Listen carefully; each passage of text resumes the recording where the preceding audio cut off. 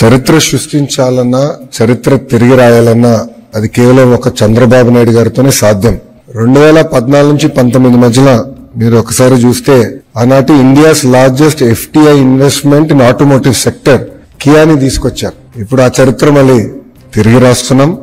India single largest FDI investment in history సుమారుగా $15 billion worth Google భారతదేశంలో పెట్టుబడి పెడుతుంది. ప్రత్యేకంగా ఆంధ్ర రాష్ట్రంలో పెట్టుబడి పెడుతుంది. ఇది Google's largest data centre out side of US, the largest data centre. ఇదేంటంటే అనేక దేశాలు కూడా వాళ్ళు ఇవాల్యుయేట్ చేశారు. మన దేశం పైన జీరో అయిన తర్వాత అనేక రాష్ట్రాలను ఇవాల్యుయేట్ చేసి ఆంధ్ర రాష్ట్రానికి వెళ్తేనే స్పీడ్ ఆఫ్ డూయింగ్ బిజినెస్ వల్ల మనం ఈ పెట్టుబడులు పెట్టగలుగుతాం, మనకి ఎలాంటి ఇబ్బందులు ఉందని వాళ్ళు గ్రహించి ఆంధ్ర రాష్ట్రానికి వాళ్ళు వస్తాం జరిగింది. ఇది కేవలం ఆంధ్ర రాష్ట్ర గెలుపు కాదు, భారతదేశం గెలిచింది. గతంలో ఎట్లయితే మైక్రోసాఫ్ట్ అనేది హైదరాబాద్ రూపురేఖలు మార్చిందో అది ఈ గూగుల్ పెట్టుబడి విశాఖపట్నం రూపురేఖలు మార్చుకోబోతుంది. ఇది కేవలం ఒక డేటా సెంటర్ గురించే కాదు, కేబుల్ ల్యాండింగ్ స్టేషన్ ఉంటుంది, రెన్యూబుల్ ఎనర్జీ ఉంటుంది, ఏఐకి సంబంధించిన అనేక కంపెనీలు కూడా విశాఖపట్నానికి వస్తాయి. కొన్ని రిపోర్ట్స్ కూడా మనం చూస్తే 25 టైమ్స్ మల్టిప్లైర్ ఎఫెక్ట్ ఉంటుంది ఈ పెట్టుబడుల వల్ల.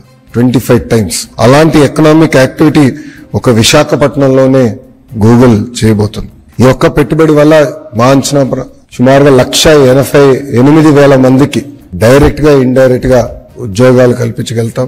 లోకల్ ఎకానమీలో సుమారుగా 48,000 కోట్లు 5 సంవత్సరాల ఇంపాక్ట్ ఉంటుంది ఒక లోకల్ ఎకానమీ పైన.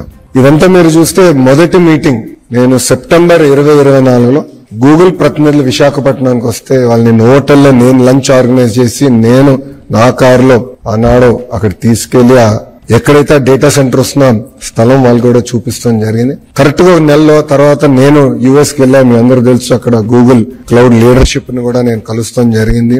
1 నెల తర్వాత అంటే నవంబర్ లో గూగుల్ ప్రతినిధులు వచ్చి గౌరవ ముఖ్యమంత్రి గారిని ఇదే హాల్లో వాళ్ళు కూడా కలుస్తాం జరిగింది. అక్కడ మేము చర్చించినప్పుడు ప్రత్యేకంగా ఆంధ్ర రాష్ట్రంలోనే చట్టాలు సవరణ కాకుండా దేశంలో ఉన్న కొన్ని చట్టాలని సవరణ తీసుకురావాలి, కొన్ని అంశాలపైన క్లారిటీ కావాలని వాళ్ళు ఆనాడు కోరతం కూడా జరిగింది.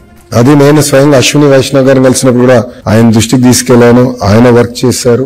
గౌరవ ముఖ్యమంత్రి గారు, ఫైనాన్స్ మంత్రి నిర్మలా సీతారామన్ గారు కూడా అనేక మార్లు కలిసారు ఈ అంశం పైన. గౌరవ ప్రధానమంత్రి గారిని ఒక గూగుల్ పెట్టుబడి పైనే 2 సార్లు కలిసి డీటెయిల్స్ అన్ని గౌరవ ప్రధానమంత్రి గారితో చర్చించారు. కనుకనే చర్చించిన తర్వాత అక్కడ అవసరమైన చట్టాల సవరణ కూడా చేశాం. దానివల్లనే ఒక ఇంత పెద్ద ఇన్వెస్ట్మెంట్ భారతదేశానికి, భారతదేశంలో ఆంధ్ర రాష్ట్ర